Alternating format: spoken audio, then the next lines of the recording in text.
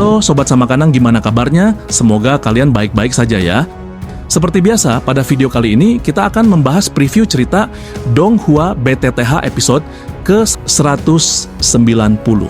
Yang dimana pada episode sebelumnya, Wakil Kepala Aula Jiwa muncul kembali di reruntuhan, murka karena esensi jiwa 100 tahunnya hilang.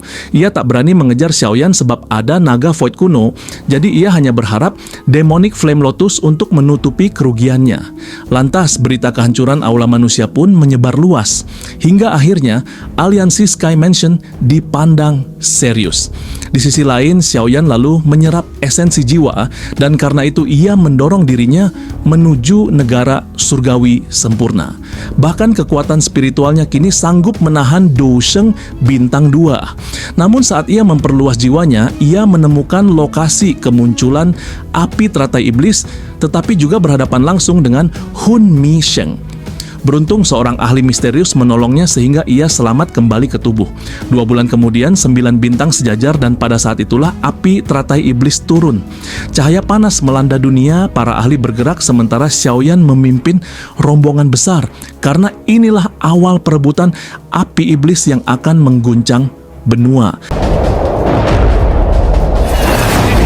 Dalam waktu semalam, seluruh Central Plains menjadi berantakan. Lantas kelompok-kelompok besar dari berbagai sekte terbang menuju wilayah barat laut.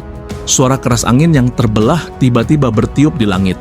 Xiaoyan mengangkat kepalanya setelah mereka memasuki daerah 500 km dari lokasi api iblis.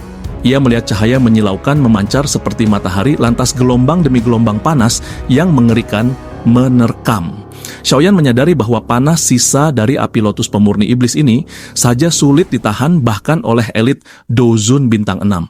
Xian berbicara kepada Xiaoyan menyebutkan bahwa mereka telah bertemu setidaknya 10 kelompok yang tujuannya sama, yaitu api iblis. Xiaoyan sedikit mengangguk, namun ia tidak terlalu memperhatikan kelompok lain karena mereka terlalu lemah.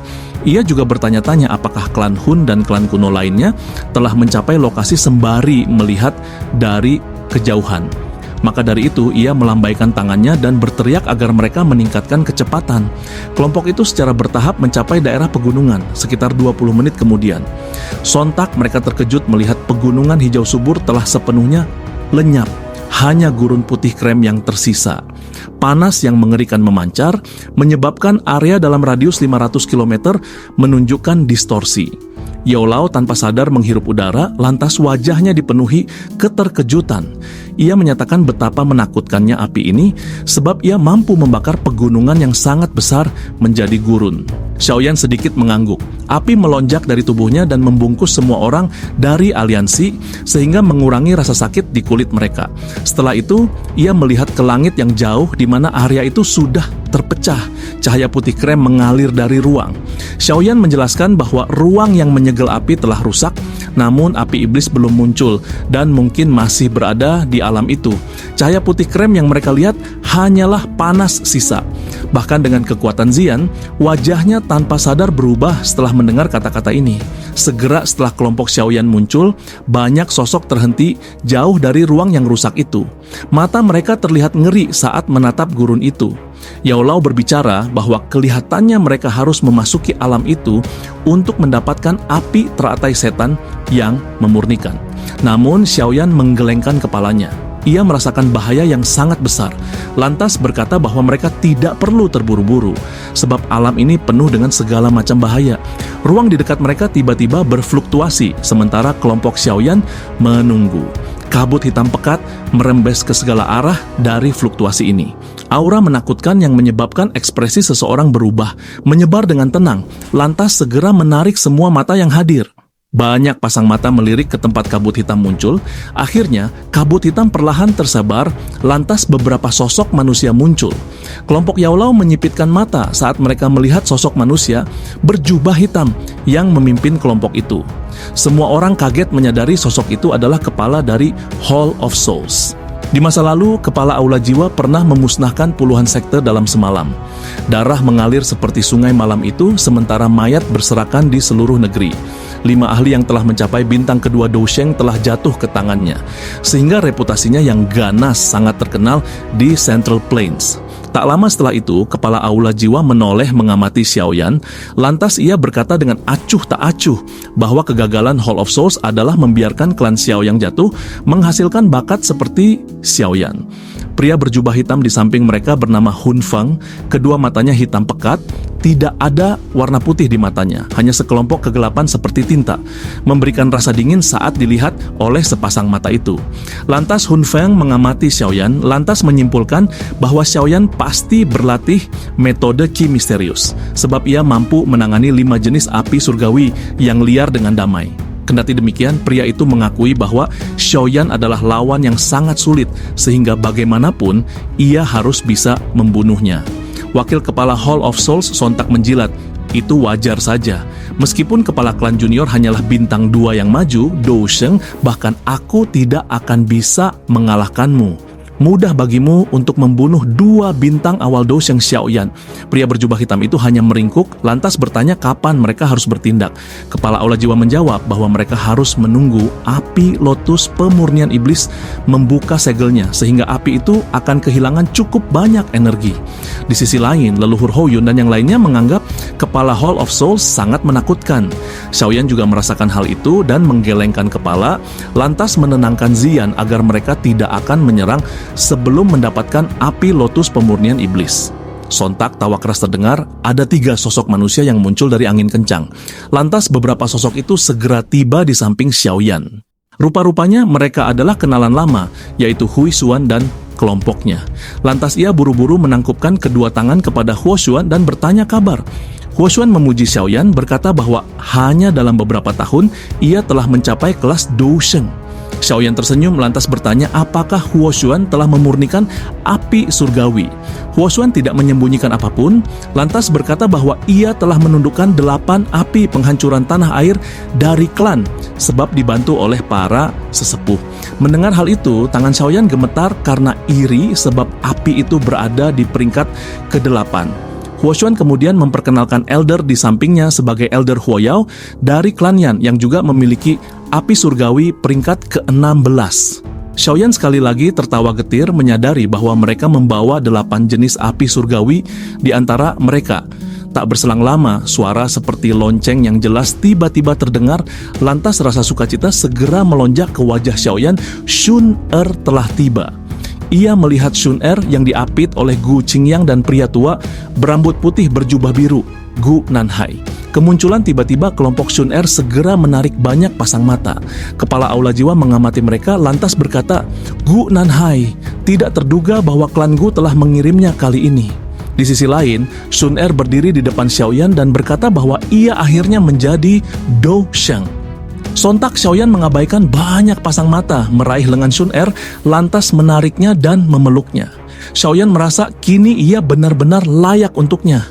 Shun Er berbisik bahwa ia telah berjuang mencapai kelas Dou Sheng agar bisa mengatur waktunya sendiri. Gu Qingyang di sampingnya tanpa daya menyela mengingatkan bahwa mereka tidak boleh mengabaikan yang lain.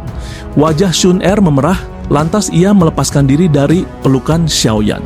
Setelah itu ia membungkuk kepada Yao Lao. Xiaoyan tersenyum lantas memperkenalkan Ziyan. Tak lama setelah itu Shun Er memperkenalkan lelaki tua di sampingnya sebagai penatua Gu Nanhai dari klan Gu. Xiaoyan bertanya apakah klan Gu tertarik pada api lotus pemurnian iblis. Gu Nanhai tertawa, lantas berkata bahwa mereka tidak tertarik pada api itu, tetapi merasa tidak masalah selama api itu tidak mendarat di tangan klan Hun. Shun Er menyeringai dan menjelaskan bahwa klan Hun sedang menunggu api teratai setan yang memurnikan menghabiskan kekuatannya, sebab segel spasial yang misterius itu tidak dapat dihancurkan dalam waktu singkat. Melihat hal itu, Shun Er memperingatkan Xiaoyan untuk berhati-hati terhadap Hun Feng, pria berjubah hitam itu. Hun Feng yang memiliki garis keturunan Dewa Klan Hun, kejam dan mengkhususkan diri melawan musuh dengan level di atasnya. Oleh karena itu, ia harus sangat berhati-hati saat melawannya kali ini. Ia juga berkata bahwa kekuatan bertarung Xiaoyan jauh melampaui levelnya, mirip dengan Hun Feng, sehingga tidak mungkin memprediksi siapa yang akan dikalahkan. Xiaoyan menyeringai namun hatinya tidak meremehkan Hun Feng. Tak lama setelah itu, Xiaoyan bertanya mengapa semua klan kuno hanya mengirim beberapa orang. Gu Qingyang menjelaskan bahwa menundukkan api surgawi tidak bergantung pada jumlah yang besar, sebab ruang itu penuh bahaya. Xiaoyan, Yao Lao, dan yang lainnya terkejut mendengar informasi ini.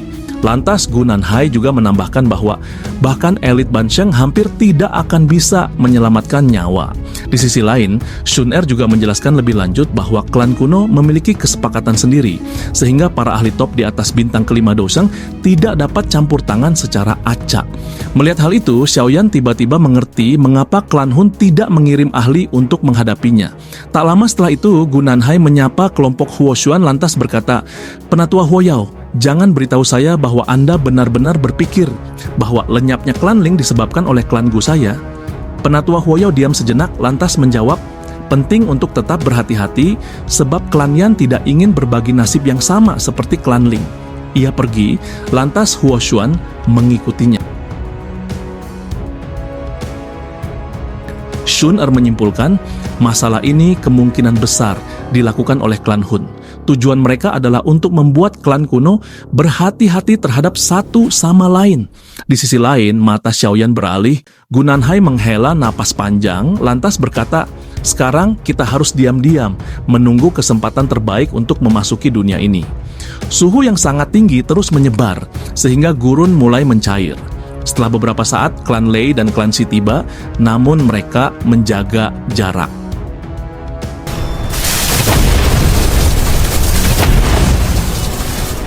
Sekitar setengah jam kemudian, aroma obat yang samar-samar menyertai tiga sosok, Yao Tian, Yao Ling, dan seorang lanjut usia berjubah alkemis. Yao Lao menjelaskan bahwa orang tua itu adalah tetua disiplin klan Yao yang disebut Yao Wangui dan memiliki otoritas besar.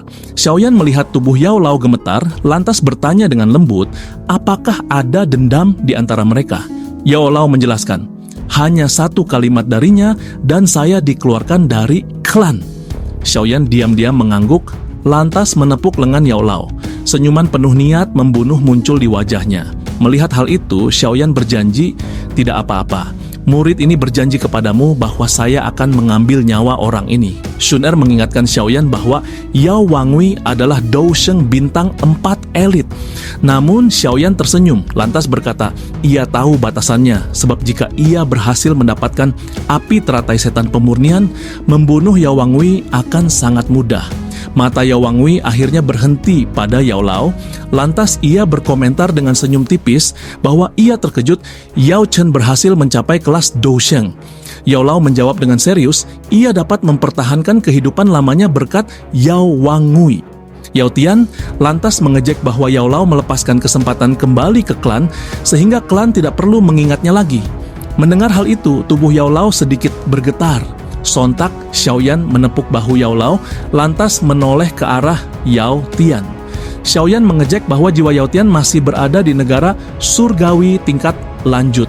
Yao Tian bertanya dengan dingin siapa Xiaoyan hingga berhak mengkritiknya. Xiaoyan menyeringai dan menjawab, Xiaoyan murid Yao Chen. Yao Tian mencibir, lantas melangkah maju sambil berteriak bahwa ia akan membantu Yao Chen mengajari muridnya. Xiaoyan hanya menggelengkan kepalanya. Ia mengangkat tangan, lantas dengan lembut mengepalkan ruang kosong di depannya. Gelombang spiritual megah itu langsung runtuh. Xiaoyan berkata dengan senyum tebal bahwa Dosheng bintang 1 berani mewakili gurunya dalam mengajarinya. Melihat hal itu, Xiaoyan melangkah maju dan melayangkan pukulan spiritual ke arah Yao Tian. Kepalan spiritual diselimuti lapisan kristal misterius tiba-tiba terbentuk, sontak tekanan spiritual yang sangat kuat meletus. Banyak suara yang mengejutkan bergema, tidak menyangka Xiaoyan mampu mencapai negara surgawi sempurna. Ketika tinju spiritual itu hampir mengenai kepala Yao Tian, ekspresi Yao Wangui tenggelam, lantas ia bergegas meluncurkan tinjunya menghantam pukulan spiritual itu. Yao Wangui berhasil menahan serangan itu, namun mundur selangkah. Yao Tian yang malu berteriak dengan marah agar Elder Wangui membunuh bocah ini. Ruang di depannya berfluktuasi, lantas avatar spiritual Xiaoyan muncul dan menampar Yao Tian. Pukulan itu membuat tubuh Yao Tian menegang, lantas bekas jari merah darah muncul di wajahnya. Seluruh langit menjadi sunyi senyap, sebab penghinaan ini sangat besar. Yao Tian akhirnya pulih, lantas matanya berubah merah. Ia berteriak, lantas roh api seperti kura-kura besar menyerang avatar spiritual Xiaoyan. Namun avatar itu tertawa dingin, lantas naga api terbentuk dan mengenai roh api kura-kura. Roh itu terbang kembali dan menabrak tubuh Yao Tian, sehingga Yao Tian memuntahkan seteguk darah segar. Di sisi lain, Yao Wangwei hanya bisa menyaksikan Yao Tian terluka serius. Ekspresinya berubah, lantas tubuhnya muncul di depan avatar spiritual itu, lantas menyerang.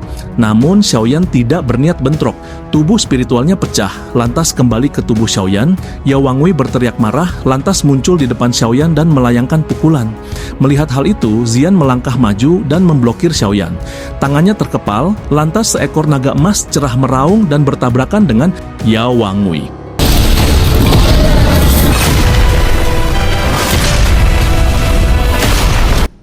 Ruang runtuh sehingga Yao Wangwei terbang kembali, lantas berkata dengan ekspresi suram, "Naga Void kuno." Yao Wangwei menjadi sangat marah, namun Yao Ling menariknya ke belakang. Shun Er menyela dengan senyum tipis, "Saya pikir setiap orang harus mundur selangkah." Yao Wangwei menuntut apakah klan Gu juga berniat membantu Xiaoyan. Gu Nanhai mengerutkan kening, lantas berkata bahwa Yao Wangwei seharusnya tidak mencoba menjadi terlalu mengganggu. Yao Wangwei hanya bisa mengayunkan lengan bajunya karena marah, lantas tertawa dengan suara dingin, "Kamu tidak akan berakhir dalam keadaan yang baik jika kamu mencoba untuk melompati kepala kami." Mendengar hal itu, Yao Lao membalas bahwa ia secara alami akan mengunjungi klan Yao, namun ia akan mengukir nama orang tuanya ke dalam tablet klan. Ekspresi Xiaoyan gelap dan suram, penuh niat membunuh, lantas ia berkata ia bisa menghabisi orang tua itu hari ini. Yao Wangwei menyadari ia tidak bisa melawan Ziyan dan Xiaoyan, oleh karena itu, ia hanya bisa menelan kutukan di mulutnya, lantas mengayunkan lengan bajunya dan membawa Yao Tian dan Yao Ling menjauh. Semua orang terkejut menyaksikan kejadian itu. Xiaoyan memandang Yao Lao dan dengan lembut berjanji, "Guru, saya akan menemani Anda ke klan Yao setelah kita menaklukkan api teratai setan yang memurnikan." Yao Lao tersenyum dan mengangguk. Setelah lelucon itu berakhir, semua orang kembali menaruh perhatian pada ruang yang rusak. Gurun di bawah telah berubah menjadi lava. Penantian berlanjut sekitar 3 jam. Ruang yang rusak meluas, lantas lingkaran cahaya berwarna krem terbentuk. Semua ahli yang hadir tiba-tiba membuka mata sebab suhu area ini meningkat 100 kali lipat. Shun Er membuka matanya, lantas berkata dengan lembut kepada Xiaoyan, "Sudah waktunya untuk bergerak." Kata-katanya seperti sinyal sehingga banyak orang dengan aura kuat bergegas keluar dari langit yang jauh, lantas bertabrakan dengan lingkaran cahaya berwarna krem. Xiaoyan tiba-tiba berdiri. Panas luar biasa melonjak di dalam pupil hitamnya. Melihat hal itu, ia berkata dalam hati, "Purifying Demonic Lotus Flame, saya telah menunggumu sampai hari ini." 你们一路前行，只要能够坚持。